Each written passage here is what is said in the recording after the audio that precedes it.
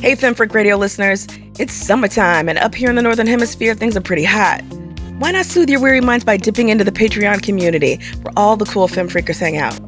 You get early access to new episodes, bonus tomfoolery from me, Carolyn, and Anita, merch discounts, listener polls, and the occasional surprise treat.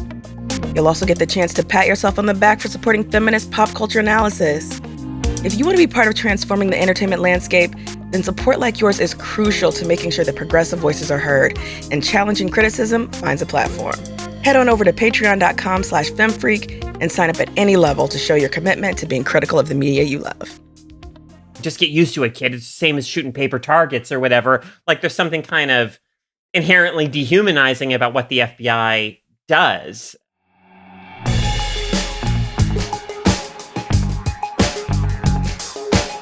Welcome to Feminist Frequency Radio. This is the show that asks you to be critical of the media you love. I'm Anita Sarkeesian, and I'm joined today by two women who know that if you want the ultimate, you've got to be willing to pay the ultimate price. Carolyn Pettit. Indeed. And Ebony Adams. I've learned this in my long life. Bios con Dios, baby. Mm-hmm. We spent our breaks catching waves, chasing babes, and sticking it to the FBI. So this week we're celebrating the 30th anniversary of Point Break. Stay tuned.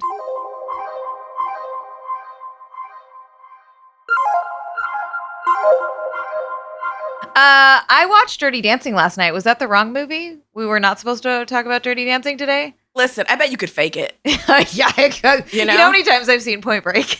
As many times as you've seen Dirty Dancing? No, I've seen Dirty Dancing way more times. This could be just a show in which you talk about Patrick Swayze and like sort of late 80s, early to mid 90s sort of dominance of a Swayze version of masculinity on screen. And I bet people would tune in droves. That would be interesting. We got to pull in Roadhouse for the trifecta, for sure.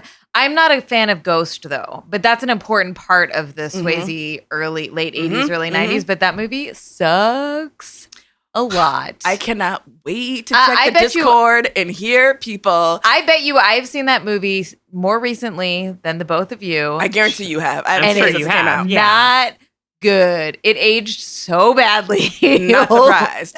Also, it's a revenge story. Like, fuck revenge. I love revenge stories. Yeah, that part I'm good with. Yeah, you know? I mean, and I also think Tony Golden plays a good villain. Yeah, seeing Golden get his ass dragged to hell. I mean, come on. Satisfying. Abolish prisons, but drag murderers to hell. This is why Carolyn loves video games. That's my policy. Yes.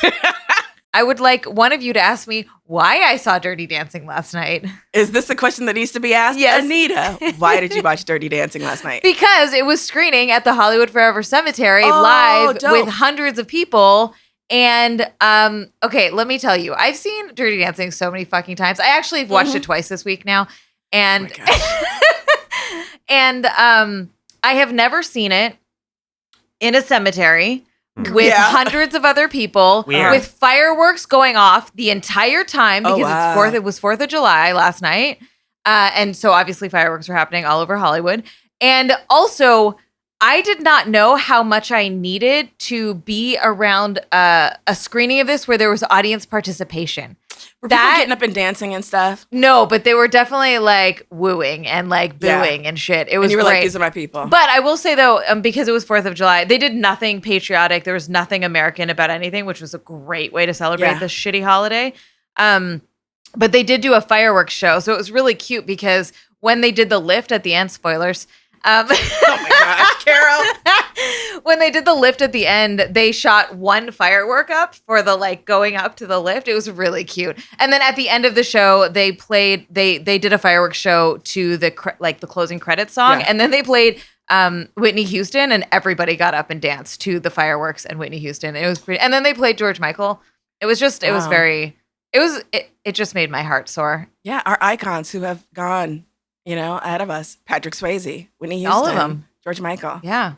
Whew. So anyways, thank you for asking why I saw it.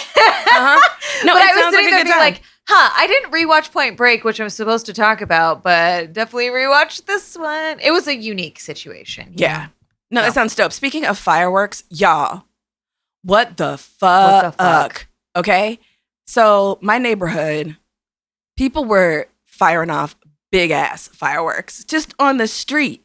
It's been dry. It's been hot. But also, there are people with children, pets around there. What the fuck are we doing? It was non-stop. We got to really walk this back. America, Ebony, this is your old pal Ebony saying, reconsider them fireworks. And I know it's going to be happening tonight, too, because a lot of people were off today.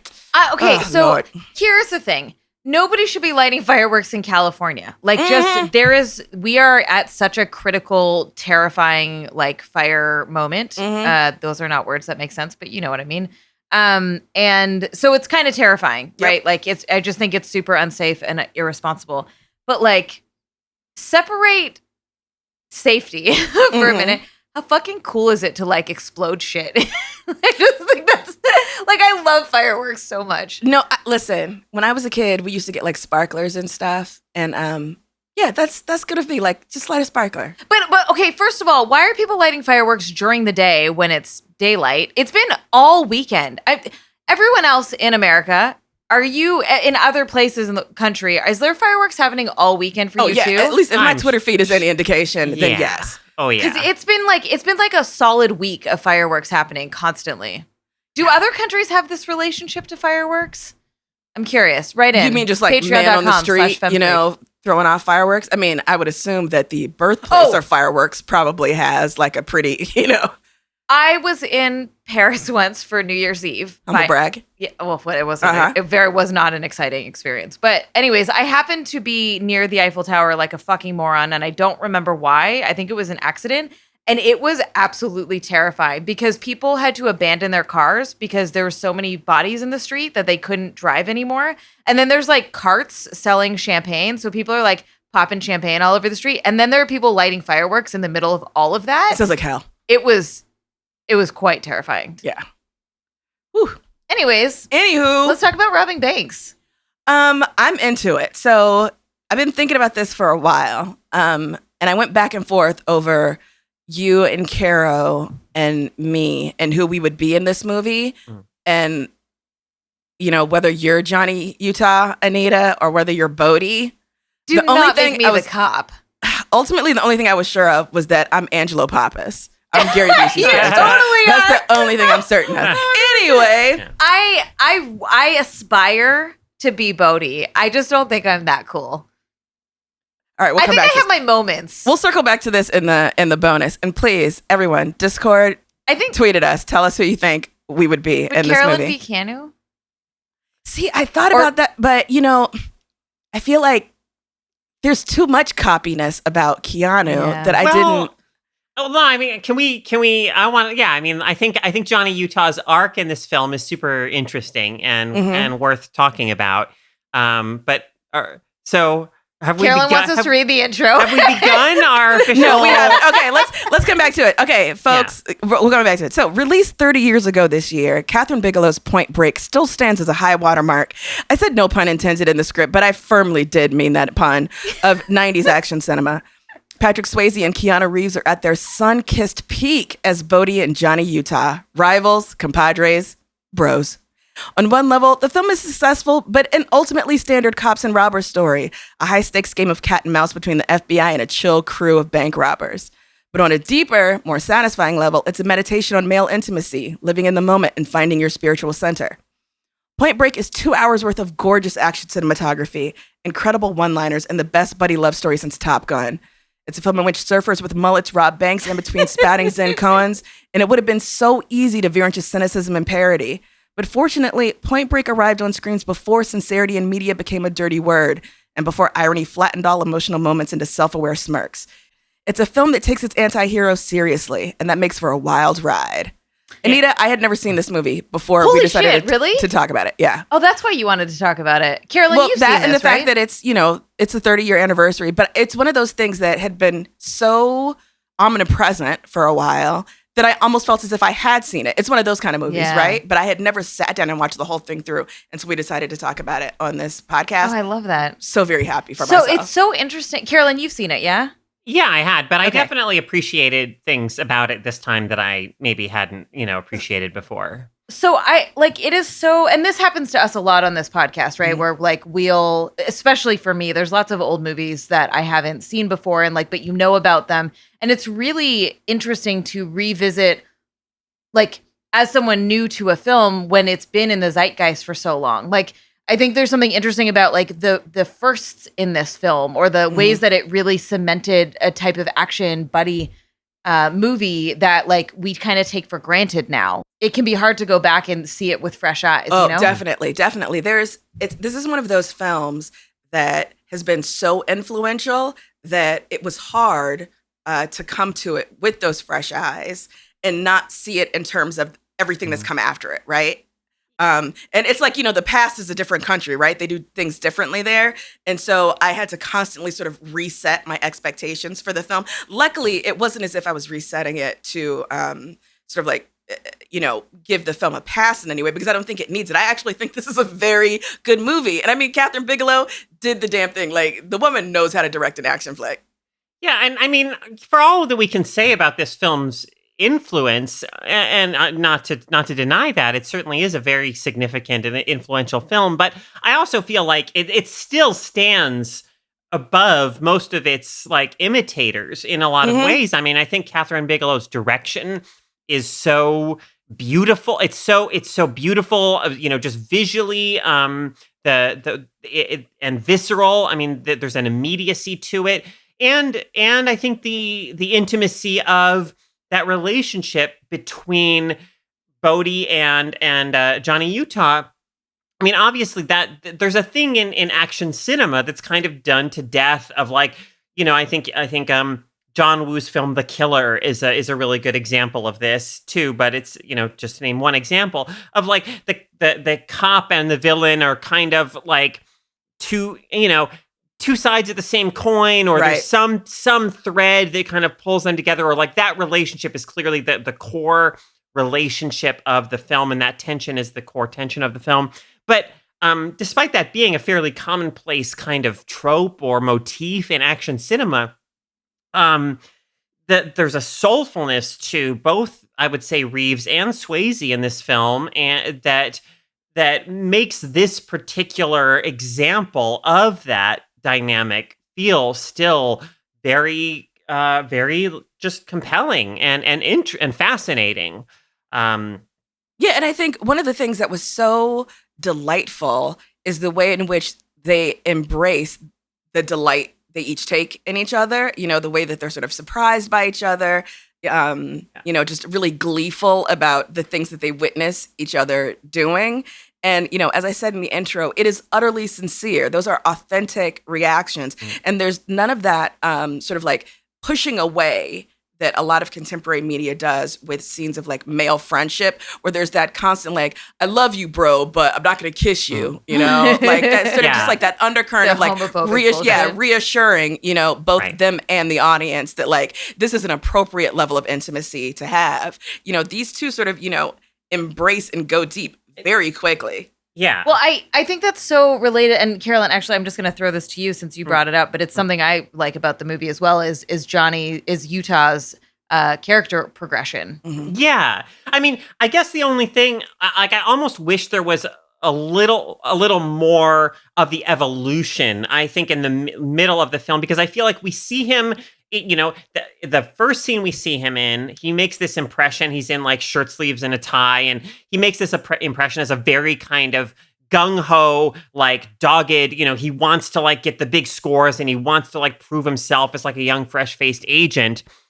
And then at the end, obviously, of course, everyone knows he casts aside the FBI badge after kind of bringing his relationship with Bodhi to a kind of tragic resolution.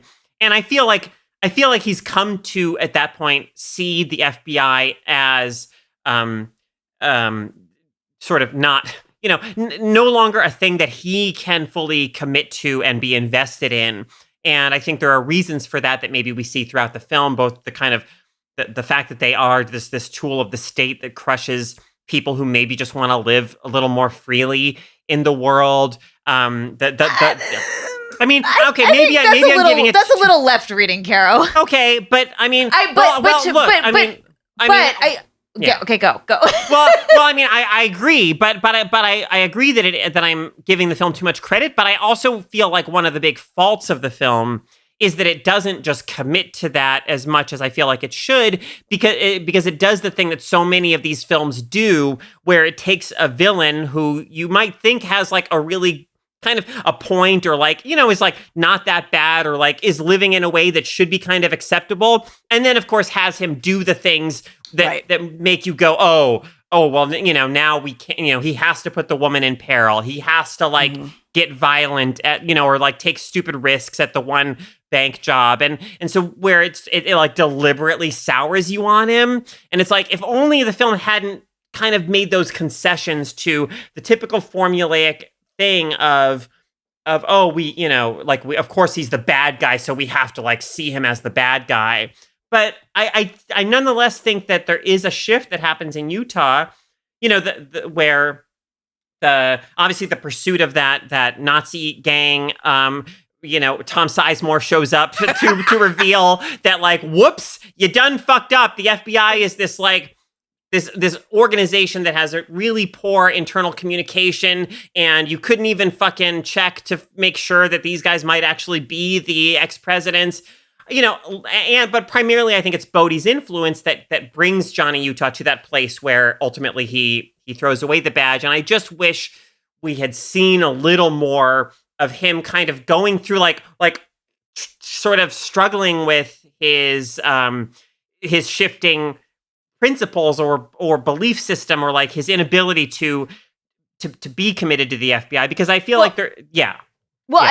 I think the thing that does happen in the movie that you're sort of talking around is that the principles that Bodhi and his crew live by, which are these like anti-capitalist, like live in the moment, like be human, like check, like live for the rush, right? Live for the things that make you feel alive. 100% pure adrenaline.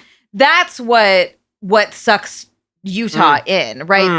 That's the piece of it that makes him go, holy shit. Like, even when he's like, I'm being kidnapped and thrown out of a plane, he's like getting off on that, right? So that I think is maybe like, so I want the movie. Sometimes when I describe the movie to people, I'm like, it's anti-capitalist, but not, right? Because it's so close to being that, but then it like undermines itself in a lot of ways. And you get that one scene of him throwing his badge away, being like, I've closed this loop, but it has truly affected and changed me, and I cannot keep doing what I'm doing anymore, right? Like, yes. The idea to me is that he's just like, I did what I needed to do, I finished the thing, but like, I now need to go live my best life. Yeah, he's no longer the person he was at the beginning of the film, like who we see in that first scene, or at least he's discovered things about himself that he didn't know then. I think it's only in that final scene where maybe we see a Johnny who can start taking steps to be a fully integrated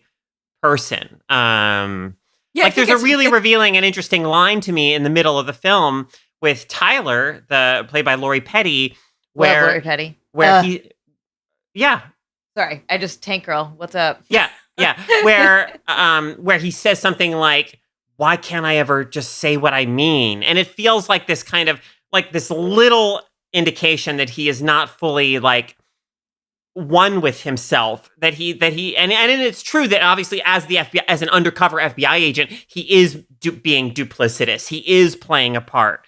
And so I don't know. I just think that there's that arc to him trying to become a person who is fully integrated with himself and authentic and honest is really interesting, and interesting that it has such a kind of tragic undercurrent in a way, in the sense of what, like, how the motions he has to go through as this tool of the state, and how Bodhi has to like die in that way, and all the lives lost along the way, obviously.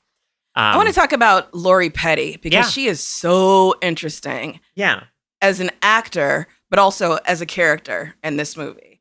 I think the opportunity to have leading actors like Lori Petty has largely gone away. I think like she represented a sort of, I mean, she's singular in herself. Like, there was no one exactly like her, but I do think there was an effort to sort of, there was a path from sort of like independent cinema and those kind of like independent cinematic actors into mainstream cinema in a way that I don't think we have today. Such that I don't think someone like Lori Petty becomes a love interest in a mainstream action movie today. I think like it was very interesting to me that there are shots of the two of them in which it is sort of unclear whether you're seeing Johnny or Tyler, at night, right? Like with the short, dark hair. Mm-hmm. And like these lithe, athletic bodies.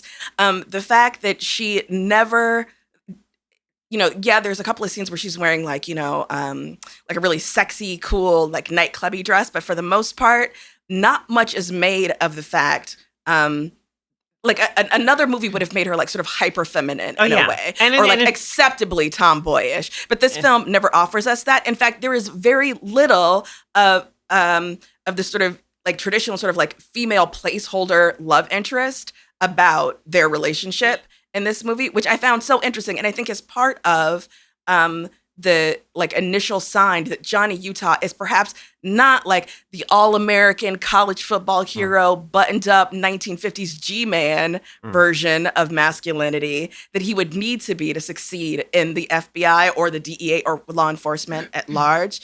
Ultimately, when he makes, the move to like toss his badge into the ocean, it's not because he's going to go become like a new Bodhi,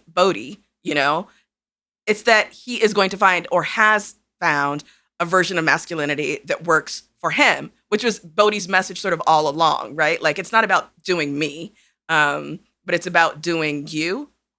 And I found it so interesting that, like, there's a shitty version of this movie, probably directed by, a dude, in which there's lots of like half-dressed women, on the beach, like that's part of the appeal of Bodhi's lifestyle. But we don't see that. We see that with the fucked up Nazi bikers, right? Like we see the naked women there. We see, the woman in like the thong bikini or whatever. We see women being treated poorly, but Bodhi's crew. I mean, let's not pretend completely though. There are definitely like panning shots of Tyler's body and then her in the negligee at the end. Like, but I feel like that was kind of like probably a concession at the time that you had to do to some degree. Like, it wasn't overt. I think it's important to note the context in which those scenes appear, right? Because the women at, like, Anthony Kiedis' biker house, right? Fuck, I love when Anthony Kiedis shoots himself in the foot. Oh my God. It's the best. But, like, those chicks are essentially, like, wallpaper, right? Like, their nudity, whatever eroticism you can attach to them, it's just that kind of, like, wallpaper in which, women are often relegated to in film. And when we see Lori Petty, there's something different going on. And I think we do have to give credit to Kathryn Bigelow for that, at least at least according to this piece I read in Rolling Stone, which we'll link in the show notes. That is like Kathryn Bigelow actually made that change to the script. I'll just read a brief excerpt from the piece. It says, to match Johnny, the director, Kathryn Bigelow, then retooled W. Peter Iliff's script to toughen up the female protagonist, morphing her from a blonde beach babe to a muscled, brash waitress with an androgynous name and physical features, the latter courtesy of actor Lori Petty. Johnny, and here's like an interesting bit of analysis that, I mean, I think it made me think about it in a different way. The writer goes on to say, Johnny and Tyler are polar opposite puzzle pieces that fit together perfectly. His feminine edges nudge in nicely to her masculine ones.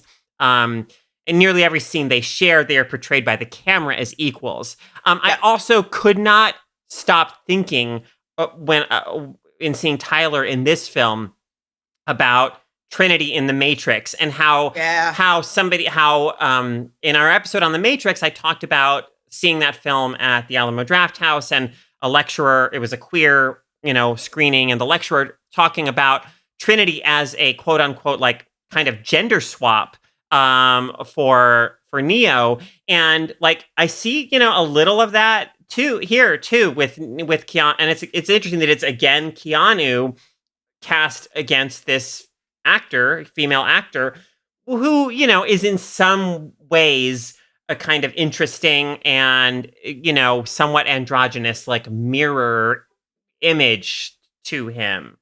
Yeah. Keanu is such an interesting actor, and he's such an interesting choice for Johnny Utah, because given his role in this film, like in his origins as the college football hero, as the FBI, the young FBI agent, it's very easy to imagine someone physically much different from Keanu, right? Like a blonde, white dude. But the fact that you have Keanu in this role, I think, does give it different layers. And I think Kathryn Bigelow is one of those directors who sort of knows what to do with him, and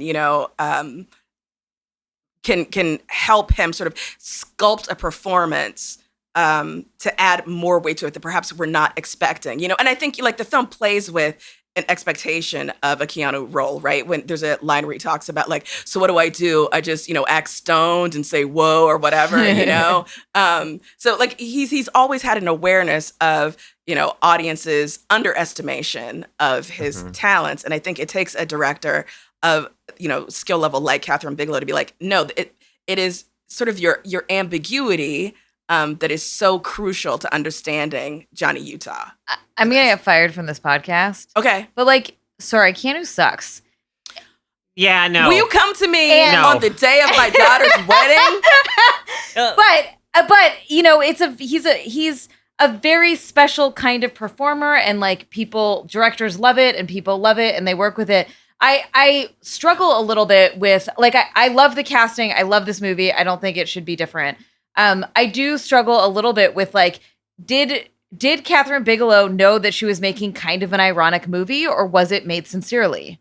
Because there's so much irony in this, and it's partly because of Keanu's performance. See, I don't see very much irony in it. I think it is ultimately played sincerely, sincerely, which is not to say that there's no humor in it, and that the audience can't bring that to it. But I do think this film predates a lot of the sort of like self-aware winking at the camera that a lot of our media has, and I appreciated that. I actually think one of Keanu's defining characteristics as a movie star is a kind of sincerity.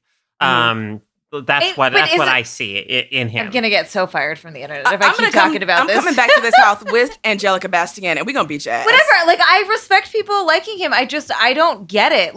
I'm not. Again, we've talked about it. I appreciate him as a cultural icon and as a cultural phenomena, but it's not good. No, I think I would say to that your definition of what constitutes good screen acting is too narrow, because it's not the psychological realism. I grant you, it's not the psychological realism of something like that's been that is what's most often lauded. Sure, but it's hard when you cast it in a modern space. Keanu pops into very modern acting and sticks out like a sore thumb. And whatever. This is not the debate Keanu. I can't believe I talk about this publicly. I'm going to get totally dragged into this. It's crucial to the film. Yeah. I mean, it's fine for us to talk about it. And I also think that the film is what it is, but I think that Swayze holds this film up.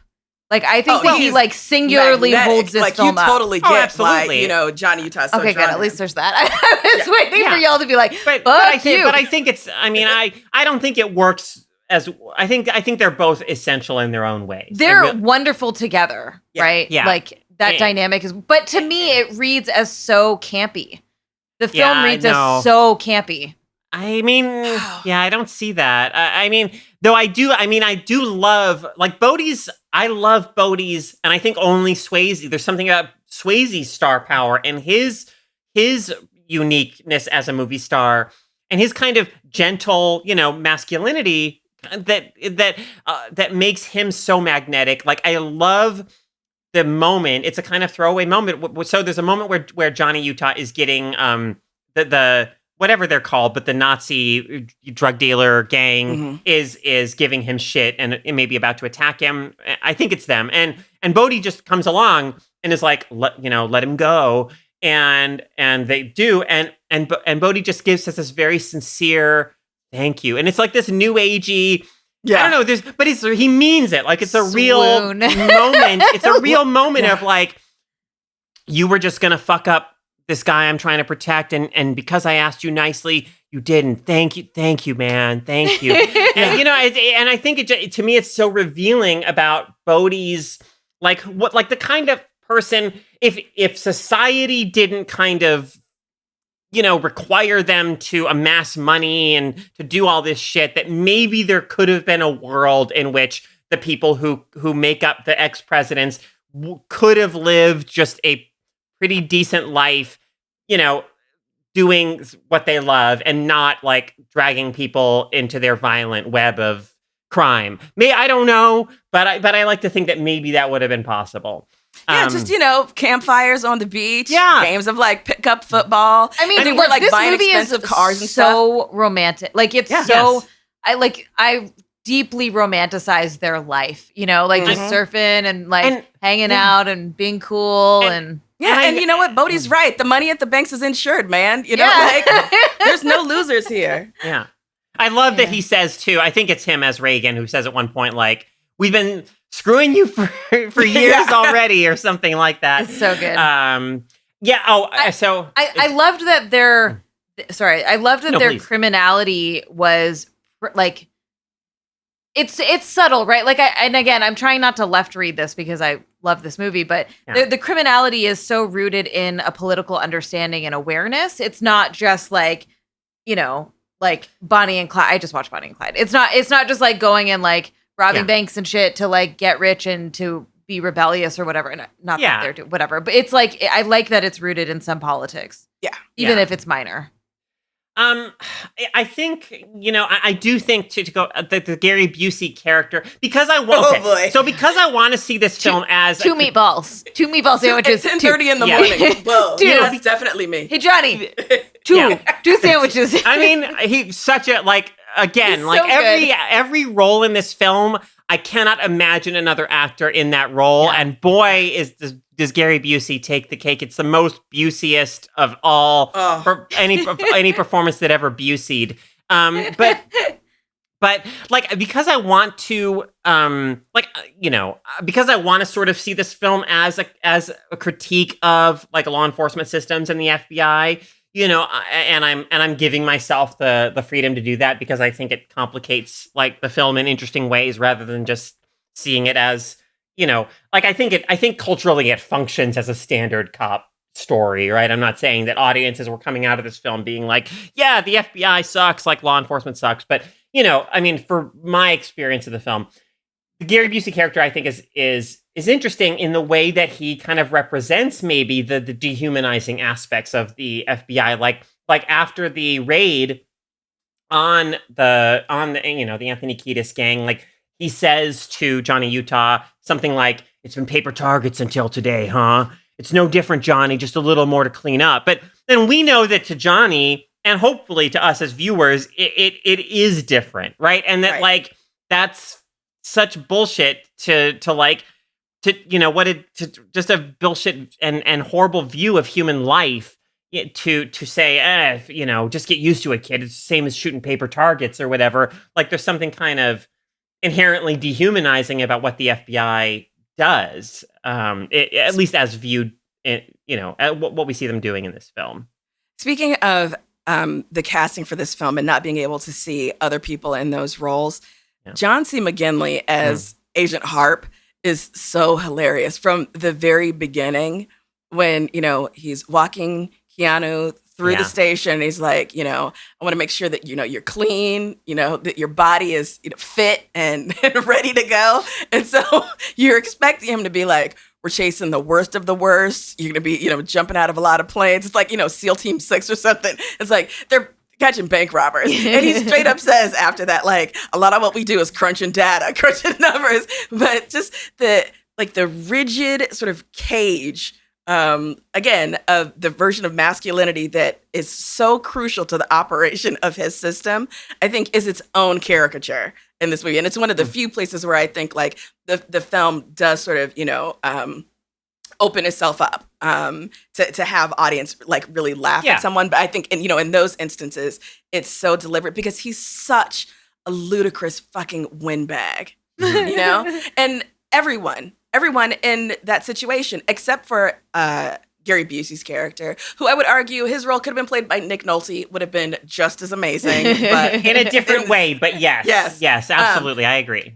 But like the two, other agents who don't believe, who are always making fun of, like every person who works there is trash. They're awful. It's not hard to see why Johnny would have been drawn to any other version, of a life. But the fact that he is lucky enough, that he is blessed enough to stumble upon the luminous angel of Patrick Swayze with that amazing blonde hair. And the beard. Just spouting out the most bargain basement patchouli wisdom, but I bought all of it. I was like, this dude is speaking to me. Swayze he sells sold that character so well. Because that character in someone else's hands could have so easily been Yep, exactly. And you're just like taken in, and you're like, I want to be around this energy, man. I know. And the thing is, we've all been around white dudes like that who, and they're the fucking worst. Borrow a little bit from like Buddhism and like whatever, and you're just like, oh God, if you don't get the fuck out of here with this. But he was a guru. I would willingly have followed. I probably would have joined his bank robbing gang. I would have been like, this makes total sense for us. I love the scene where Keanu's in the director's office and he's like yelling at them or whatever about like failing and not getting anywhere, and he's like, caught my first wave. So good. Caught my first tube. Yeah. Oh God, it was such a good scene. I do really quick want to go back to something you said, Ebony, about the objectification of women in this film. I'm not standing in a position, but I do want to like point out that oftentimes we use women's bodies and the violence against women to show the bad guys being really bad, and that's what they're doing here, right? So like you sort of set it up as like, isn't it great that we're not doing this with Lori Petty's character, but like it is still being used. It is still using women's bodies to be like, but these are actually the bad guys. These bad guys aren't the real bad guys, Oh no, totally. It's like the juxtaposition. I think like her function in the film is counter to sort of prevailing models of misogyny in some ways, but absolutely plugs into other sort of tired tropes. Like the fact that she exists at all. She is, in many ways what I've called before, like a kind of narrative excuse, right? She's not necessary to the story in any way, The story is just as compelling, just as whole without her there, Yeah, but I think like she functions as, reassurance for certain members of the audience that the relationship between Johnny and Bodhi is not getting inappropriately close, right? So I just think like it's interesting that while operating, in that mode, she nevertheless doesn't have to, she wasn't like cloaked in the standard sort of feminine excuse model, which is, like busty and blonde. I brought this up, whatever. Yeah, I brought this up not to undermine the value of Tyler's character, but to say like there's still a reinforcement of like shitty tropes against women in this film in other ways. Right. And I mean, like, once she is kidnapped, and held by Rosie, she's effectively out of the picture, right? Which is kind of amazing too, because like Tyler's character is ostensibly like barely in this movie, right? Like you were just saying, but Lori Petty is so fucking dynamic that she feels like such an instrumental part. But like if you actually strip it down, she probably doesn't have that many lines to begin with, Anyways, love this movie. So good. I'm very, very glad. And if you are like me and you feel like, I don't really need to watch the film because it's almost as if I've watched it. I've been alive for the last 30 years. Do yourself a favor. Actually watch it. It is the filmmaking is really it's hard to say enough about, and it's hard for us to talk in a podcast about like direction, like what makes Kathryn Bigelow's direction of the film good. Like, how do you make this like foot chase through back alleys and stuff like energetic? How do so we tend to focus more on like acting and plot and stuff, but really there really is a beauty and an energy to this film's just the direction, the action sequences. I mean, there's phenomenal like skydiving sequences and the beach stuff. Like I literally thought like I could smell the salty air sometimes and feel the sand beneath my toe, between my toes after. So because I just like it just captures that like the feeling of these places. It's really a fantastically well-directed action film as well. Yeah, I mean, I know we don't have time to go into it, but I'm so glad you mentioned that foot chase in the backyards, Caro, because that absolutely is, when you think about, like, if you know anything about film at all, when you think about how much work it took to set up those shots and just nail every single mark and beat, it is amazing. And one of the things that I love is that you can tell when Keanu is chasing Bodhi, he is actually like booking it, like he is running full out, and you feel that he's actually chasing someone. So many times when you see people running in film, it's clear that, you know, they're being shot from, like, you know, short angles or whatever, but they don't look as if they're running for their lives or as if there's actually any stakes at all. But in this one, he looks like he's pursuing someone, and it means something. Was that in the article you shared, Carolyn? I read a bunch of stuff this morning, so I can't remember where it was from, but where they were talking about how they were like, no, they really were fucking running. Like, they were not. Although some of the scenes with so Patrick Swayze didn't do all of the running. He had when he was wearing a mask, it was somebody else. But like they were really like pushing it. It wasn't like pretend to look like you're going fast. Yeah. There's a lot of interesting lore around this film. Maybe I'll share in the bonus some of the stuff about like the skydiving scenes and how they made those. Please do. But yeah. Any last thoughts? My last thought is that Go Back to the Valley Man is the great Los Angeles insult. Exactly. And as a former, you know, somebody who basically grew up in the Valley, it still stings hearing people say that. So, yeah. Yeah. Valley life. All right, y'all. We'll be back to share some freakouts in a minute. What's up, FFR listeners? We've got so much great conversation coming your way this month on Feminist Frequency Radio.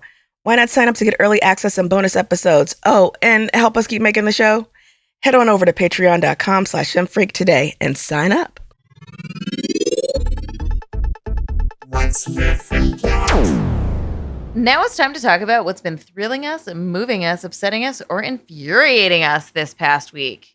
Ebony, you finally have a fucking freak out to share with us? I know. Y'all, have you noticed that I never have a freak out? It's because, whatever. You don't need to know what I'm freaking out about on a weekly basis, because I'm always freaking out about the same fucking thing. It's Scandinavian crime drama or Doctor Who. It literally never changes, people. But this weekend, I finally watched Summer of Soul, which is available on Hulu. This is the directorial debut of Questlove from The Roots. And I had heard it was so great. I didn't get a chance to see it at Virtual Sundance this year. Apparently, Anita freaked out about it a while ago, but because I never pay attention to what she's talking about, I just watch her lips move. I totally forgot she freaked out about it, but now it's my turn.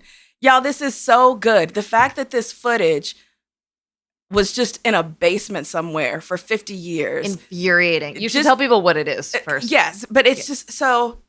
Before you go off on that rant. Well, apparently they already know about it because you told them about it. But if you, like me, did not listen, the Harlem Cultural Festival was this multi-weekend event in Harlem, New York, at Mount Morris Park, in which on successive weekends, just like huge names in music came out to perform for free for community members in Harlem. I think upwards of 300,000 people wound up seeing the various shows. It was an all-outdoor series. And although the Harlem Cultural Festival was sponsored by Maxwell House, and it was filmed with the intention that that footage would be shared, it ultimately was not. And so this footage, you know, as I said, just, you know, laid around in a basement somewhere for 50 years, nothing but people. And it was as if this incredible event had really been wiped from folks' I had never heard of it before this movie came out. So you have amazing folks that we've all heard of. You know, you have your Stevie Wonders and your Gladys Knight, you know, and the Pips and people like that. But so many different genres of music represented. So many people performing things that I had never heard them perform before. But what is so beautiful and so compelling about this documentary is not just the talking head interviews where you have folks who were there, who were attendees of these concerts, talking about their memories, or performers sharing, you know, their memories of it. But the ways in which Questlove weaves in, you know, sort of a discussion of where America was in 1969. I didn't mention that. This happened in 1969. It took place the same summer as Woodstock. Yeah, and so there's this, wonderful moment near the beginning where one of the attendees says, I was excited for this concert. It was happening in the summer, but I'm from Harlem. And to me, summer meant perhaps the onset of violence. So I was scared. And he says, Dr. King had been assassinated. Malcolm X had been assassinated. John F. Kennedy, Bobby Kennedy. You never knew when something was going to pop off next. And so the way in which like this event, this happening, this huge cultural moment, we see it in the context of America in 1969, in which an increasingly, radical population of Black and brown people in this country, come together in solidarity, which is fascinating to me. I think my favorite part is the newsreels of the moon landing, where you have this reporter out at the Harlem Cultural Festival interviewing concert attendees, saying like, so do you have any thoughts about, this successful trip to the moon, man landing on the moon? And what prefaces this are, mostly white folks being interviewed saying like, it's amazing. The science is stunning. I can't believe that we've achieved this. It blows my mind. And then contrasted with these people at the festival who are like, yeah, it's something, but it has no effect on my day-to-day life. And this one dude crucially says like, y'all spent all that money to get to the moon when you could have used it to feed the people here in Harlem. No, this concert means more to me than y'all going to the moon. It's such a well done piece of cinema. But even if you don't care about any of that, the musical performances, I don't know what they did to clean up the audio, what was needed to make it sound as good as it does, but it looks and sounds so good. Can you imagine that? Like, those of you who have seen this will understand this, but like that footage sat in a basement for decades because nobody wanted it. Yeah. And it was like professional camera crew filmed the whole thing over every week that it went on. Like, and it just sat there. Yeah, and I'm like, if it was just a concert of just Stevie Wonder, you would think someone would want to keep it. If it was just Sly and the Family Stone, if it was just Mahalia Jackson singing with Mavis Staples, what but the fuck? That shit blew my mind. Of these performances, oh my God, Ray Barretto, I was stunned. It is by the treasure there. Such a stark example of racism. You know what I mean? Like, and I know that's obvious, but I just want to say that, like, Woodstock is this legacy that has lasted forever. We've all seen the footage. We know, everyone knows the name. Everyone understands or like has heard of it or whatever. And this, like, with all of these people and performers that most of us have heard of and love, just nothing. Yeah. Nobody wanted to touch it. I saw a girl on Twitter. I say girl, young woman on Twitter. Screenshot of an older woman in the crowd at the festival. And her tweet was, "This is my great grandmother. We had no idea she had been there." And her follow-up tweet was, "I grew up in Harlem. My parents grew up in Harlem. And they never knew this happened." So obviously she's young enough that her parents probably born after 1969, right? But still, the fact that it seems as if this was almost completely wiped away, from our cultural memory. And not just those of us who are, younger than 50, but who never, lived in Harlem, whatever. Ebony, you're 86 years old. I am 86, but thanks for busting me again, Anita. But it seems as if, like, the minute it ended, it disappeared into the ether. So, shout out to Questlove and the entire filmmaking team for bringing this. I can't wait to watch it again because, I watched it all the way through and was just like, I wanted the soundtrack. I want to immediately listen to these songs again, I want to know more about, what was his name? Tony Lawrence, the producer of the festival, and the kind of wheeling and dealing it took to put this fucking thing on. I can't imagine the moving parts of putting together something like this. So anyways, yes, I'm late. Anita already freaked out about this, but this is me co-signing Anita's Freak Out on Summer of Soul. It's on Hulu. Y'all, please check it out. Please check it out. Cool. Carolyn, did you have a freak out this week? No. Okay. That was a very sketchy no. Do you want a moment I to have change something your that mind? I want to rant about a bit, but do it. I'm not going to do mine. So is it do a yours. rant for a freak out or is it a rant for the bonus? Well, I want to just say a few words about. The thing is that okay.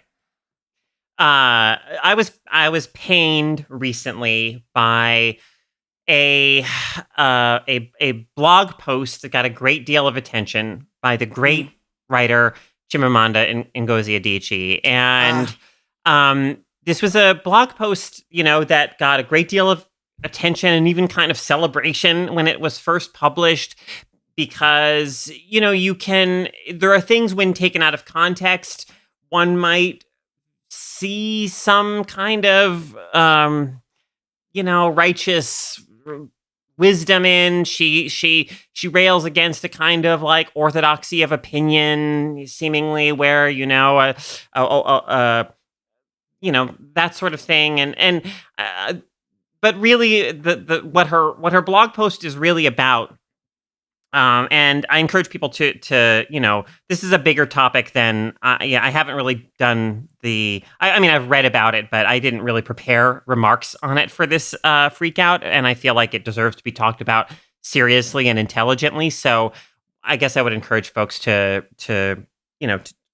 read the discourse around it. But what her blog post is really about is about people trying to hold her accountable for her transphobia. And her sort of dismissing that and or framing those people who are trying to hold her accountable as being very threatening, as being very, as if they are the intolerant ones, they are the ones with the sort of who are, stifling conversation and free speech and free expression, and it's simply not true. And she, in fact, I would say, makes some pretty ludicrous leaps in the way that she talks about like these criticisms and arguments from people who were friends and associates of hers, to frame them as like threatening her, when that's not really what was happening. And it pains me personally, because I considered her such not only a brilliant mind and beautiful writer on of fiction, but also on feminism, but I have here in my home a copy like of the small book that was made from her famous talk, "We Should All Be Feminists," and I was going to give this to to one of my nieces, who I felt was just about at the age where she could read it and understand it and appreciate it and embrace the ideas that it lays out. But as it turns out, my niece, who I was planning on giving it to, has a sister who is trans. So like, I cannot, I can no longer think of Adichie in an admiring way as I once did, nor do I feel like I can sort of embrace or celebrate the writing that she's done that I once sort of valued so much. So it's just really depressing and kind of painful that that when given the chance to kind of reflect on her own transphobia and to maybe renounce it and to grow as a writer and a thinker, instead she went the other way, and she although the piece says, of course I support the rights of trans people, but everything around those declarations makes it very clear that in the ways that matter most, she does not. So that's what I just felt it was important to address, that somebody of her sort of stature and recognition and has latched on to transphobia in this way. It's really disheartening. It's really frustrating I echo this sentiment in terms of like she's a beautiful writer and like again, I've read her fiction, I love it, and like she's been so profound in terms of talking about feminism and intersectional feminism to the degree in which she will allow that, I guess.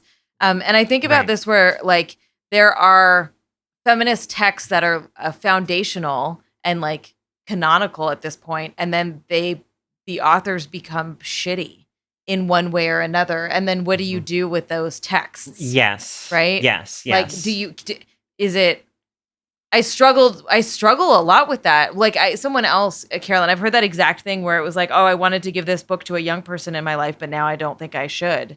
And it doesn't mean that book isn't good. It just means that if they like follow the trajectory or like look up this, like how do you navigate the like the value of a piece of work created? I mean, and we talk about this a lot, actually. I just think it's different with like intellectual stuff. It's a little bit harder. Yeah. So I will put a piece in the show notes, a link to a piece in the show notes that I think does an excellent job of laying out what the big picture problems are with the underlying thinking of Adichie's essay, because it, on a certain surface level or from a certain perspective, it may sound good, it may sound sensible, it may sound reasonable, but when viewed in the context of what she's really talking about, it becomes clear that it is deeply oppressive. I guess that's also the harm with people who are just so like, I want to say articulate, but that feels racist. But people who are like really, really good at like, people who are really good at articulating a point in a way that it like reaches folks, right? And then, but if their points they're making are fucked up, it's so easy to sway people into that space. Ugh. Yeah. Exactly. I haven't read it or even heard about it. Thanks for bringing it up, Carolyn. Sure.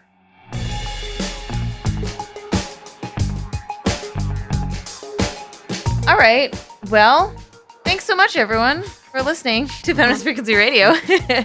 Tune in next week when we will be talking about something fantastic that will be determined after this recording. That's right. You'll just have to tune in to find out. Our show is engineered by Rob Pera. Carrie Stimson provides technical support, artwork by Jamie Varon, and our intro music is by Phil Circus. Thanks for listening. Bye. Bye, y'all.